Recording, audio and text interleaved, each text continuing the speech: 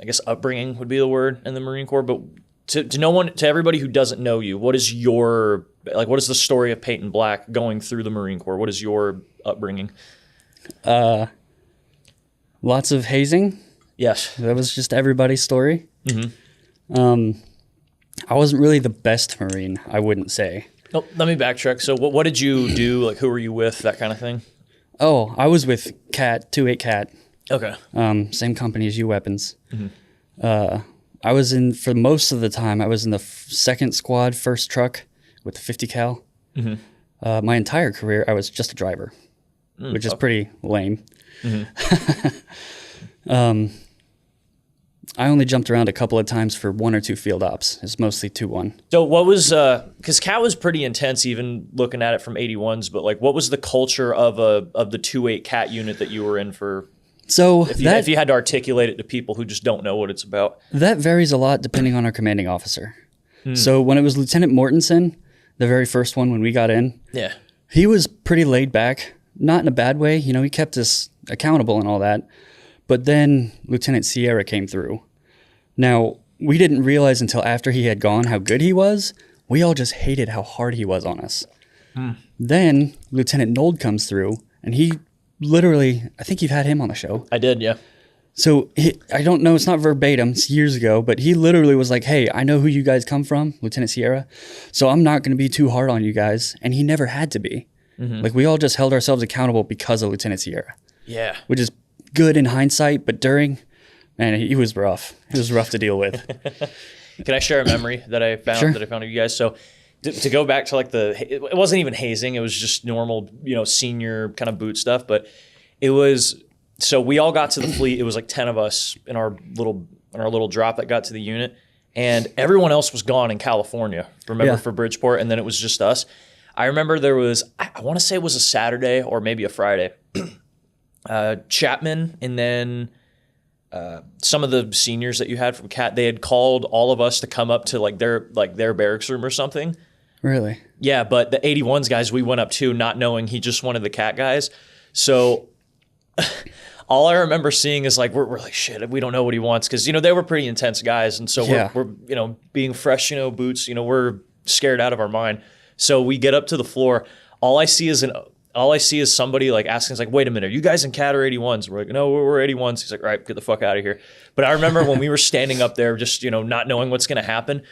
All I see is this open door slit. I see you like standing in there at like parade rest. And then I think I see like Clothier and 2 other guys just doing push-ups, getting just screamed at. That was after everything. So wait, what do you mean everything? Wait, did stuff happen that I'm not aware of? A lot of stuff. Yeah. Please share. So my roommate at the time was Brown, and he was good buddies with Clothier. Okay. They go out to the movies, and then 10 minutes after that, 4 of them roll in. One of them was from Snipers. I think his name was Black. Okay. Also, can't remember his rank or nothing. That sounds actually kind of familiar now that I think of it. I think one of them was Childers, and I can't even remember the other 2, but there were 4 of them. At various points, I'm in different positions. I'm planking on my elbows and my knees with my heels kicked up. Yep. I'm getting hit with water bottles in the ribs and everything. Just getting yelled at. Hey, what do you know about this? What do you know about that? Knowledge test, Yeah. And I don't really remember how it ended, but Brown walks through the door, and then it escalated from there. So this is after he came back from the movies? Yeah, that's what you saw. Has no idea what's about to unleash on him. Yeah, that's what you saw. So then it went on for a little bit. I'm mostly getting left off to the side now because someone new. Okay. But then it's Sunday. I didn't shave that morning, and they could tell. Yeah. So they take us in there. They take the handle off the razor blade, and they put toothpaste on it and tell Brown, shave his face with that. So he starts to do it, and I'm just sitting there like, all right, go ahead, dude. Just do it. And then they leave and the door shuts. And you know how they're locked. Yeah. Wait, so was the toothpaste like the shaving cream? Is that what they? That's the idea, yeah. Does it sting or anything? Or like depending on the toothpaste? I mean, it was just, the blades didn't even really cut through it that easy. Oh, okay. Yeah, so he was kind of just smearing toothpaste on my face. Oh. But as soon as they leave, we give it like 3-4 seconds for them to walk away. Yeah. And we both die laughing. Like, it was obviously so absurd. Yeah. Who goes through stuff like that? Well, now we do. Yep. But it was something. That was a good first night in the true fleet with all our seniors back. Yeah. Yeah. And then Kane came by and started giving me the rundown on what it's like being in the fleet. That's when I very first met him. What was the, because I know everybody, we get this, I feel like this is everybody. We all have a picture of what it means to go into the service or the Marines or whatever, but then we have stuff like that happen. And it sometimes for better, sometimes for worse. It sets us in reality of what actually goes on here, but it's like, what? It gives us, what was your impression after, having those initial moments? Because that was only the first month I think we were there, right? Yeah, because we showed up, the day that they left? Because I remember Lance Corporal Reeves, my first team leader, he was there to receive me, tell me where to go, what to do. But after that, they were gone. And then it was... I think it varied per platoon, because I know with 81s, I know the date's surprisingly perfect, but we got there July 13th, and then the 81s guys left July 15th, so I don't know about the CAT guys. But maybe the same. Yeah, it was pretty close, though. Yeah. And then for that whole month, I was just under one of the sniper guys that got left behind. And we didn't really do anything. We went to SIF and all that, Was the sniper, was it, I want to say he was in snipers at the time. Was it Schwarm? Yeah. Yep. Yeah. Yeah. Schwarm, how are you doing? I haven't seen you in a minute, so. One time, come out of the barracks room. That smoke pit was right in the center of all 3 barracks rooms. There's just a bunch of Marines there smoking. And Schwarm pulls me to the side and says, "Hey, go up to that Marine and say, 'Are you my daddy?'" I go up to him, I say it, and then I look at his name tag. It was Black. Which? Sniper Black. Yeah. So a Black going up to a Black and asking, "Are you my daddy?" Schwarm. What did he say, though? He didn't. He just oh my God, and turned away. Oh, he caught up with the game. Yeah. That was it. He saw it immediately, yeah. Okay. Now, how was your camaraderie with the rest of the CAT, though, growing up in it? Because obviously everybody, it's, big, when you're with dozens of other people, there's going to be politics, friendships, hatred, stuff like that. But, we're all working together. But how was it? How did you fit in being with CAT? Pretty solid. For the most part, like I said, it was mostly just Kane and I and whoever was hanging out with Kane. Kane being the magnetic one, the gravity. I spent most of the time hanging out with Bernie. Remember Bernstein? Ah, the Bear Jew. He and I went out and watched John Wick 3 Parabellum together. I was pretty close with Cowan. You remember him? Wait, I have to ask, when did you guys watch John Wick? Because is John Wick that old? Yeah. Really? Yeah. It was in while we were, it was out in theater. Yeah. Should we dive into because I want to hear more about this since I'm hazy on it, but the waterboard story? Man, I don't even know how it started, but...